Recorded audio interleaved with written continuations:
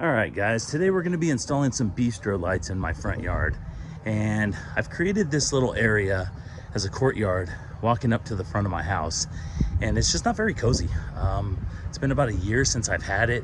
The plan was to put some tables and chairs out here, and it's just not very nice. I don't like it. So I want to be putting some string lights overhead, and hopefully that'll kind of warm up the space. Okay, before we get started on a project like this, we're obviously going to figure out where we want to hang the lights.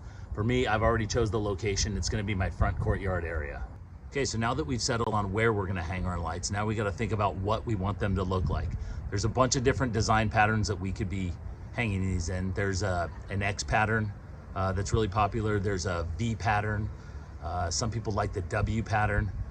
It just all depends on the aesthetics that you're going for. All right, so the biggest issue with these Bistro lights is that they're very heavy. A lot of times you need to have 2 points, maybe either a post and a tree, or part of a house and a tree, or some sort of pergola for them to be strung from point to point on. And both points need to be pretty sturdy. These lights, like I said, are heavy, and after a while they just want to weigh down the line. Okay, so here's the area that I have. It's right here behind me. And like I said, it's just a big area. Over here I have, the point on top of my roof, and then it's gonna string across to these 2 poles right behind me. And you can kind of see that I've already strung some line. And the reason why I did that is I wanted to kind of see what it would look like and what it would feel like with stuff overhead. I know it's just a small line, but it really does make a difference and kind of helps visualize what it's going to look like. All right, so I like to run these lights with a cable stretched along the top, like I said, on 2 points, fixed points.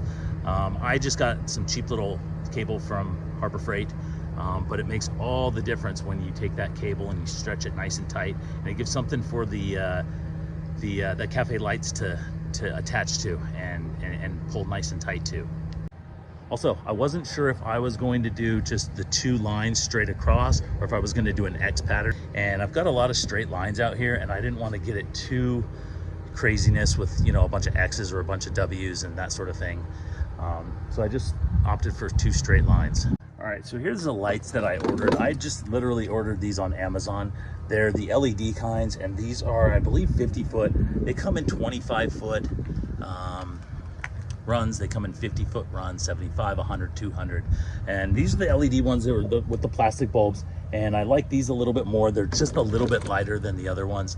They have a little bit thinner of a cord, so it's easier to mount these. So before we get started here, I want to kind of go over what I bought to do this project. I got this at Harbor Freight. It's some 1/8-inch cable.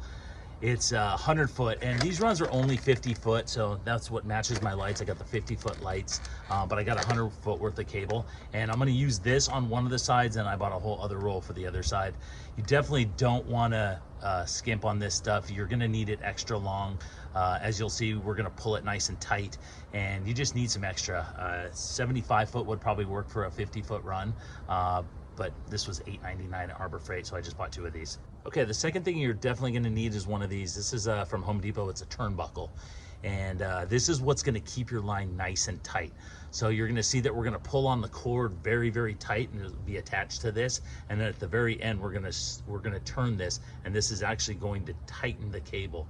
A lot of times you'll see people have the lights, and they're all bowed down. It just doesn't look good. It looks nice and crisp all the way across, and it's definitely from this. It's the turnbuckle. That's what keeps it nice and tight. Okay, the second thing that we're going to need is something to attach to the pole. So this is a through bolt. I like to use these through bolts better, whether it be in wood or metal. It goes all the way through the wood. These things are never going to pull out. You can use these screw ones. I just don't like them as much. I feel like when you put them in the wood, after a while they just get loose and kind of wiggle their way out. And you want this held tight for a long time. There's going to be a lot of tension on this cable when we tighten it up. So I tend to not use these, but these are good too.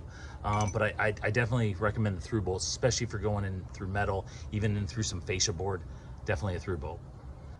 All right, the next thing we're gonna need, I bought these over at Home Depot. These are just some quick links, and this is gonna attach the cable to the turnbuckle, which I'll show you next. This is just a quick connect, and it's just an easy attachment from those 2 things.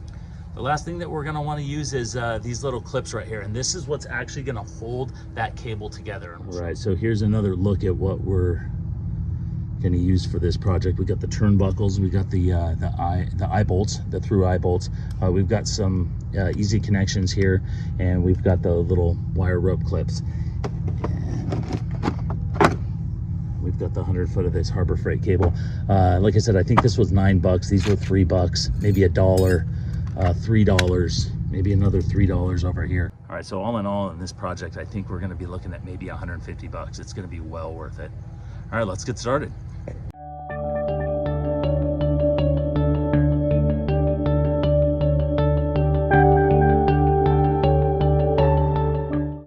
Okay, so what I did right there is I went up here and I leveled out to the ground the height of that bar, and it came out to 107 inches. So what I did over here is I came to this pole and I made that same mark at 107 inches up there. Now, the concrete is probably not super level between these 2 points. So I have that string up there, and what I'm gonna do, I've put that string at 107, and then that one was at 107. And I'm gonna stand back in my front yard to see if it just kind of looks level. It doesn't have to be perfectly level, but as long as it looks level to the eye, that's what you want. Okay, so I know it's kind of hard to see here, but I'm matching it up with a couple of the lines in the house. There's a couple of little lines right here, and I'm kind of standing back, and it looks like it lines up pretty good with those. The last thing you want is your lights to kind of appear going down or this way up. You want them to be level, or as level as possible. Okay, so I've made the mark on this pole over here, and I went and I just made a corresponding mark on that pole. So these 2 poles behind me should be pretty even, and then the part on the roof should be pretty even. So now that I've found all my levels, I'm ready to start attaching this cable.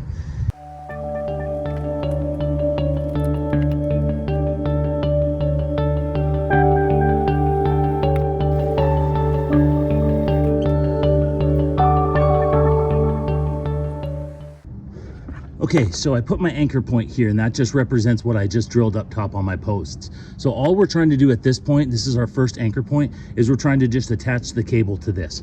So here's what you want to do. You want to take your quick connect here. You want to fish it through there and fish it through the eyelet. It's going to come through the eyelet and back through the eye of this little keeper. Just like this, just like that.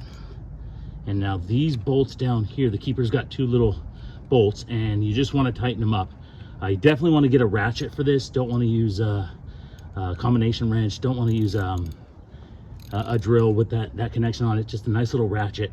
And what I would do is I get one nice and snug, and then you want to get the other one nice and snug. You go back and hit the other one. And you see as one tightens, the other one loosens a little bit. Just kind of want to alternate back and forth until they're both nice and tight. All right, so that's it. That's the connection right there. So that thing is going to get pulled on nice and tight. And you can see, some people put 2 of these on there, and I sometimes do. It looks a little bit cleaner, and it's just a little bit, I guess, safer, because you got 2 of them holding it instead of 1. But that's the connection that you want to start off with. So it's just that right through the eye hole with one of these keepers. Super simple.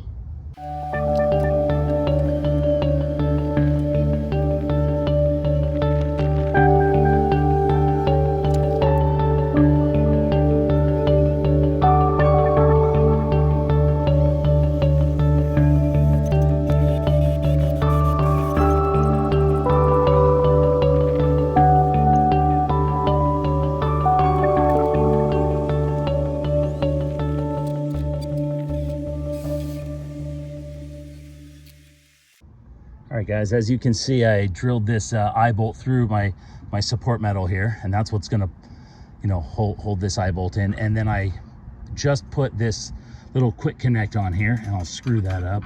And that's what's gonna connect my eye bolt to my turnbuckle here. And this guy right here, this is the star of the show. This is what's gonna keep it nice and tight. So basically these screws are opposite thread. This one threads right, this one threads left. And you can see, you want to unscrew it to where they're almost out. You want to barely be able to see those. And as this pulls tight, we're going to then turn on this, and this is going to pull these screws together, making it tight. So you'll see right here. The last thing we want to do is just feed this cable through this eyelet. we're gonna wanna do is we're gonna wanna pull this as tight as we can. Okay, now we have this cable pulled as tight as we can through the eyelet.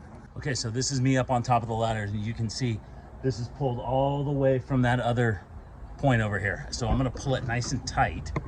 You can see it's pretty tight. It's got a little bit of sag in it. So what we're gonna do is we're gonna secure this. As you can see behind me, I've tightened this up and there's still a lot of play in this line. And this turnbuckle is gonna help us get rid of that. We want this nice and tight. We don't want it so tight that we're gonna bend those poles in, but we wanna get it nice and tight to where it's nice and straight, I guess. All right, so now it's the turnbuckle's turn to performance magic. So all we're gonna be doing is turning this. And what this is doing is it's taking these two screws and it's pulling them together, meaning it's tightening the line. We're gonna tighten this all the way up. So the tighter you pull it, the less you're gonna have to turn this. Yeah, see, it's starting to get nice and tight here. Sometimes if you have a super long run, you can put two of these turnbuckles together so you have more to pull.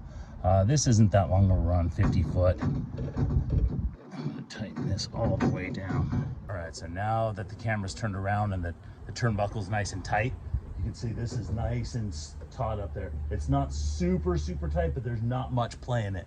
Before it was really wiggly.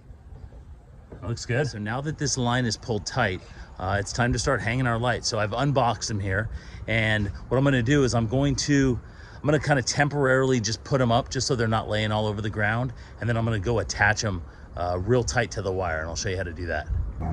Okay, so what I'm doing here is I'm just temporarily gonna string these off the ground just to get them out of the way so nobody's stepping on them. Putting them on real loose. There's a little eyelet at the top, and I'm just putting that through the cable here. Like I said, I'm just putting these up enough just to where they're off the ground, out of the way. Once I have them pulled all the way over there tight, I'm gonna go through and I'm gonna secure them up nicely. Okay, so I've got everything off the ground here, and this is gonna be the first light that I'm putting up permanently. I've got my male end here, and the electrical outlet's gonna be right down below here. So I'm gonna basically be able to just hide my cord on the back side of this and go right down into the outlet, so that's perfect. This one I'm gonna secure right to this loop because I don't want this moving. And now what I'm gonna do is I'm coming through here, and I know sometimes people use metal hooks and stuff like that. What I like to do is I like these tie wraps, and I like securing them right to the cable, really tight, and keep it right on the cable. I don't want to see like the electrical wire and the cable. I just want it to look like one piece. So I'm gonna actually do this quite nicely. This is gonna be the finished product here. Probably put one right on the left and the right of each of these lights, and then I'll try to center one right in the middle. And after a while, these tie wraps are gonna break, but given the space, and it's gonna be easy to kind of replace them here or there as they fall, I don't think that's gonna be a problem. Like I said, I want this wire to be nice and tight to the cable. Yeah, maybe I'll put two in the middle here. Just don't want any sag on this.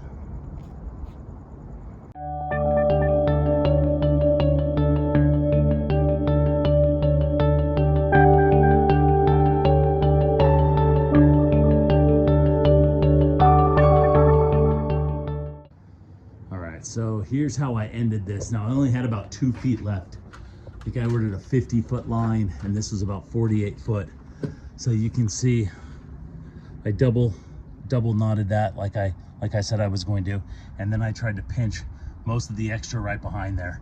Probably could have just cut the line right there, put a couple wire nuts on it, but since it was only a couple feet, I figured I can just kind of hide it right there.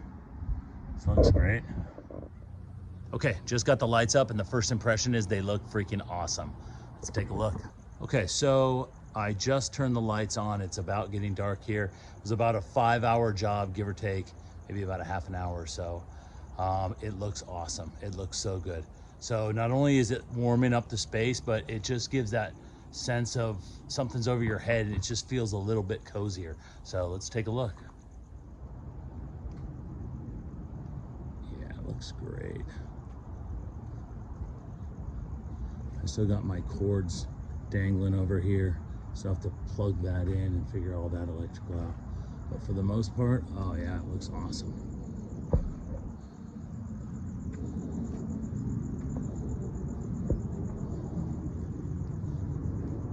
Okay, so total installation time of this project was about 5 hours.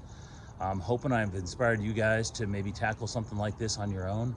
If you guys got anything out of this video, and I'm hoping you did, give me a thumbs up and consider subscribing. And if you know anybody that might want to be doing something like this, consider sharing the video.